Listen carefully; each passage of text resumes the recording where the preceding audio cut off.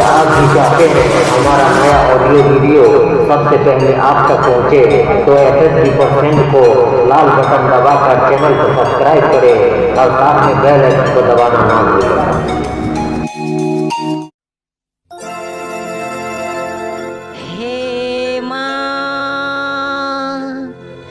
ज्वाला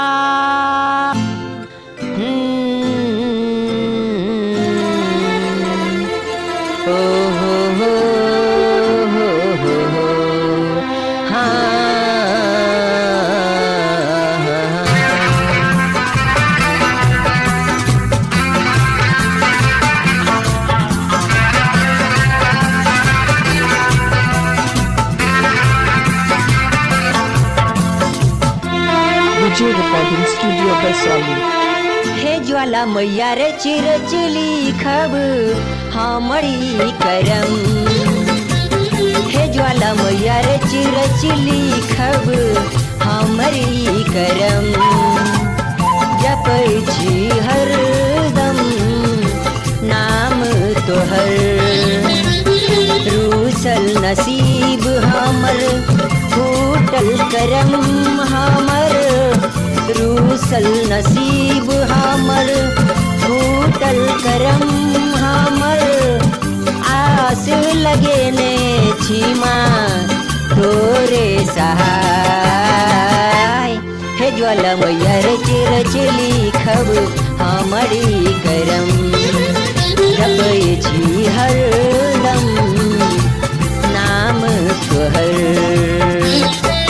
शिव संधि बरसौली की शानदार प्रस्तुति।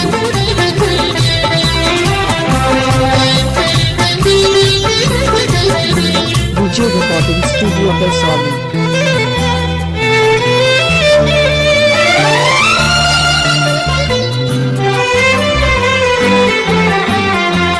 आही के आसी पर जीवै छी आही के आसी पर जीवै छी हम। आही मा खोलू अपन ई नजर। कनिए नया न खोलू माँ भगतक आस पुराबू माँ। हमके देखरी याद करी कनिए दया माँ हम पर करी। तोरे सिवा नहीं ज्वाला दोसर सहाय दोसर सहाय। हे ज्वाला मैया रे चिरचिली खब हमरी करम। जपै छी हरदम नाम तोहर। शिव संधि बरसौली की शानदार प्रस्तुति।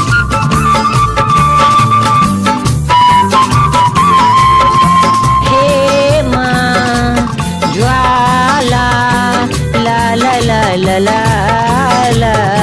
la la la la he he he he he।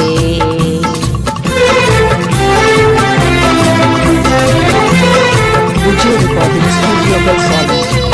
कसीरर में माँ ज्वाला मैया। कसीरर में माँ ज्वाला मैया।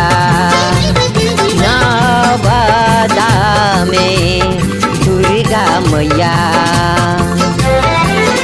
सुनै छी पूरा मिथिला में नाम चलै छै दुनिया में।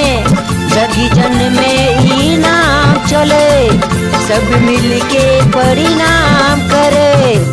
शिव शंभु करे माँ तोरे गुहार तोरे गुहार। हे ज्वाला मैया रे चिरचिली खब हमर ई करम। जपै छी हरदम नाम तोहर। रूसल नसीब हमर फूटल करम हमर। रूसल नसीब हमर फूटल करम हमर। आस लगेने छी माँ तोरे सहाय। हे ज्वाला मैया रची रची लिखब हमर ई करम जपै छी हरदम नाम तोहर हे माँ ज्वाला ला ला ला ला ला ला ला ला ला ला ला हे हे हे DJ Recording Studio Vaishali.